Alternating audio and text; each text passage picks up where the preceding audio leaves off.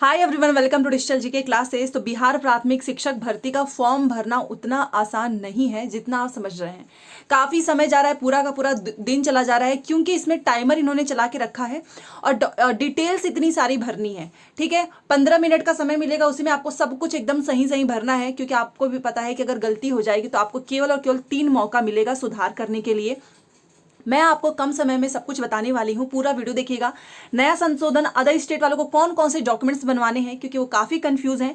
और एक गलती जो आप सभी को नहीं करनी है, इसके लिए आप सभी के लिए पूरा डिटेल में आप यहाँ पर देख सकते हो। प्लस साथ में जो बिहार गवर्नमेंट के द्वारा बताया गया है, बीपीएससी के चेयरमैन ने जो ट्वीट किया है, सारी इन्फॉर्मेशन आपको मेरे चैनल से मिलेगी। तो पहली बार आए हैं, चैनल को सब्सक्राइब करके वीडियो को लाइक कर दीजिए, सो दैट जो भी संशोधन हो वो आपको सही समय पर मिले।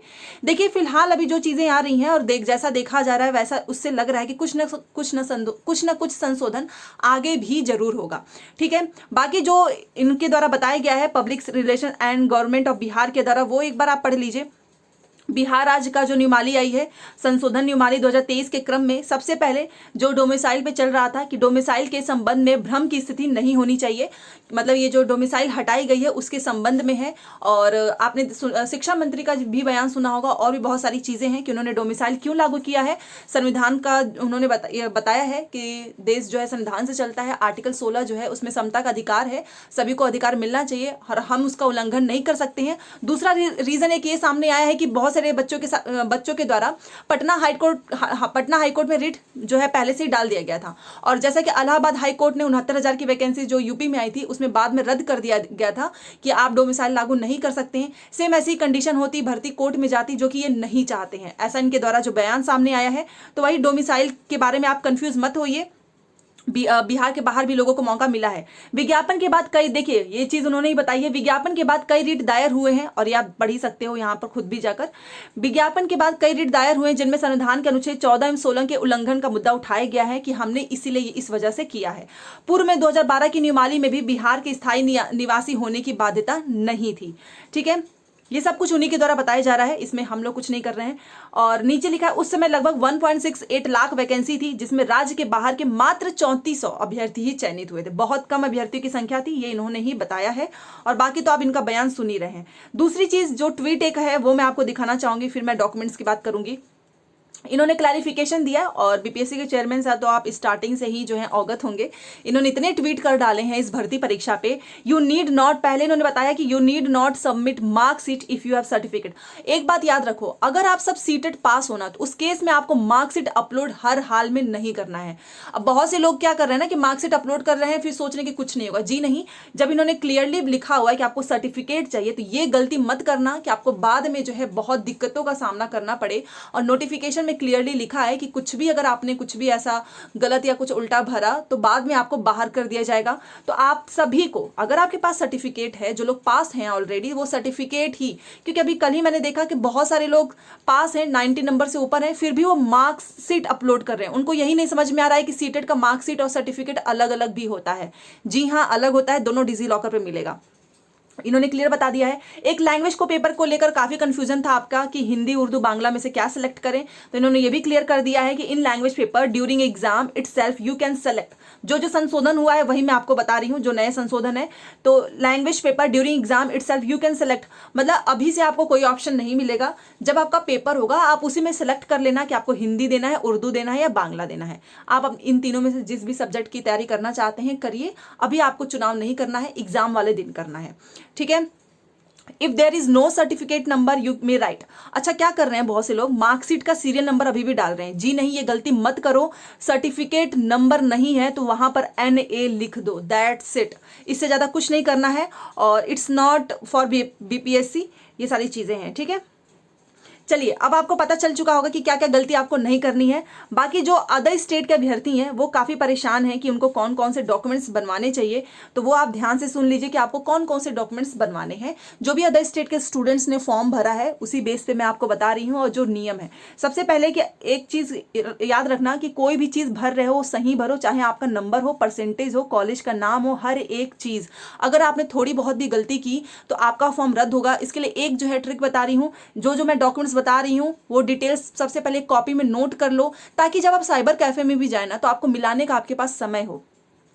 सबसे पहले अपने मन में अभी से सोच लो कि आपको अगर फ्यूचर में आप टीचर बनते हैं तो कौन सा बिहार का 3 जगह होगा जहां पर आप जॉब करना चाहेंगे, क्योंकि ये लोग पहले ही प्रायोरिटी फिल करा रहे हैं। फॉर्म में ये लोग आपसे फिल कराएंगे कि 3 सिटी आप इसमें से फिल कीजिए, कहाँ कहाँ पे आप जॉब करना चाहते हैं, तो अपने अकॉर्डिंग आप फिल कर देना।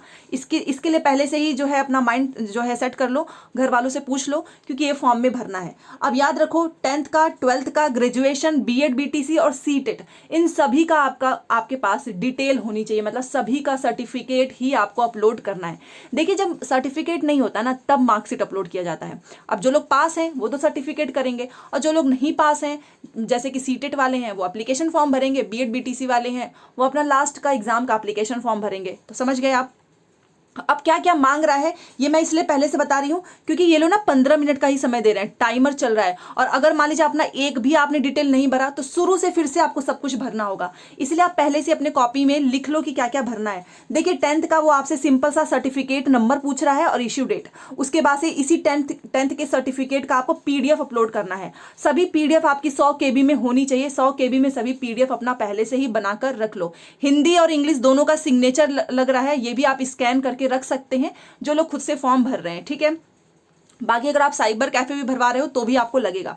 अब 12th का क्या चाहिए, तो 12th में आपका सब्जेक्ट स्ट्रीम पूछ रहा है कि आप साइंस से थे या फिर आर्ट से, कौन से साल में पास हुए हैं, स्कूल का नाम बता दो, कौन सी यूनिवर्सिटी, कौन से बोर्ड से थे, यूपी बोर्ड कौन से बोर्ड से थे, कितने नंबर मिले हैं, कितने में से मिला है और कितना परसेंटेज है, ये भी पूछ रहा है।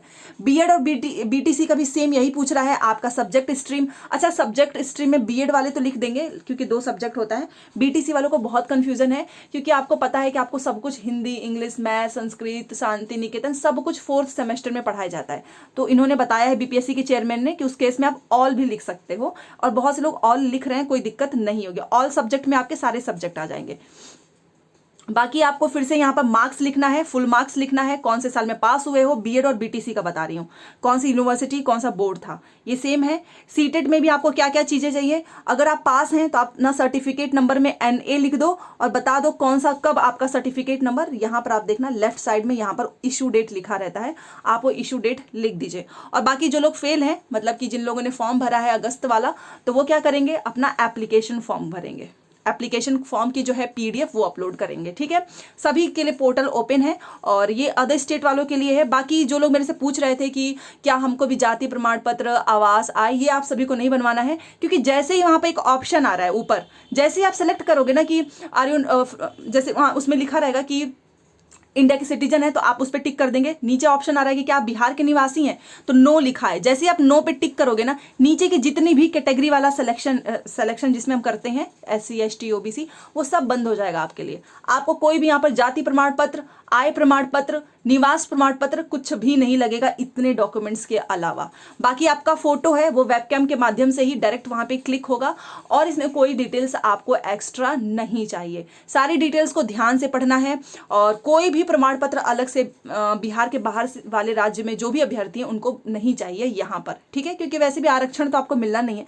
जनरल कैटेगरी में और क्या चाहिए होता है, कुछ भी नहीं चाहिए, ठीक है। तो आई होप आपको इससे मदद मिली होगी। कोई भी डाउट हो कमेंट कर दीजिएगा। मिलते हैं नेक्स्ट क्लास में। Thanks for watching.